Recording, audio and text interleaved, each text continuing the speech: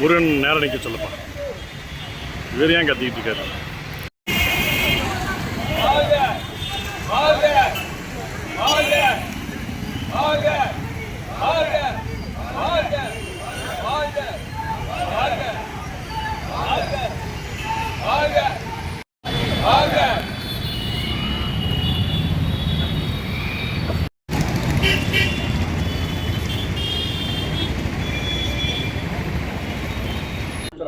தமிழக வெற்றி கழகத்தின் வெற்றி தளபதி விஜய் அவர்களுக்கு எனக்கு கழக துணை பொதுச் செயலாளர் பதவி தந்தமைக்கு அவர்களை வணங்கி நன்றியை தெரிவித்துக் கொள்கிறேன். அதற்கு பரிந்துரை செய்த பொது கழக செயலாளர் அண்ணன் என் ஆனந்த் எம்எல்ஏ அவர்களுக்கும் எனது கோடான கோடி நன்றியை தெரிவித்துக் கொள்கிறேன்.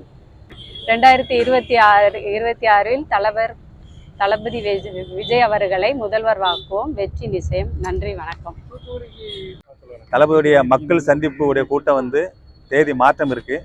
நாங்கள் ஏற்கனவே பார்த்தீங்கன்னா மாவட்டோடைய எல்லா நிர்வாகிகளும் சேர்ந்து நாங்கள் மனு கொடுத்துருந்தோம். கழகத்துலேருந்து டேட்டு மாதம் இருக்குன்னு சொல்லியிருக்காங்க. அந்த சரியான டேட்டு வந்த பிறகு எங்களுடைய பொதுச் செயலருங்க வாரான்னு இருக்காங்க. டேட்டை உறுதி பண்ணிவிட்டு உள்ள எல்லா நண்பரோடும் சேர்ந்து தென் மாவட்டத்திலே இதை மாதிரி ஒரு பெரிய வரவேற்பு நாங்கள் தளபதி அவர்களுக்கு கொடுக்கறதுக்கு ரெடியாக இருக்கின்றோம்.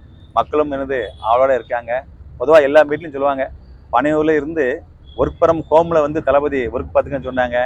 ஆனால் இன்றைக்கி அந்த கூட்டத்தை பார்த்து எதிரிகளே நினச்சிதாங்க பயப்படுதாங்க. அந்த அளவுக்கு மக்களுடைய அந்த எதிர்பார்ப்பும் சந்திப்பு நல்லா இருக்குது. 234 தொகுதியில் நாங்கள் 200க்கும் மேற்பட்ட தொகுதியை வென்று ஒரு புதிய எழுச்சியை நாங்கள் கண்டிப்பாக தமிழக மக்கள் வழங்க ரெடியாக இருக்காங்க. ஏற்கனவே எங்களுடைய அன்பு தளபதி சொன்னது தான் சரிங்களா, ஒரு பெரிய மாற்றம். அண்ணாவுக்கு பிறகு புரட்சித் தலைவர் எம்ஜிஆருக்கு பிறகு மக்கள் எதிர்பார்க்குறாங்க. பொதுவாக சொல்லுவாங்க, தலைவர் எப்பமாட்டும் உருவாக மாட்டாங்க, எப்பமாட்டும் தான் உருவாங்க. அந்த உருவாகும் போது மக்கள் கரெக்டாக யூஸ் பண்ணணும். யார்? நம்முடைய அன்பு வெற்றி தளபதி அவர்களே சரிங்களா.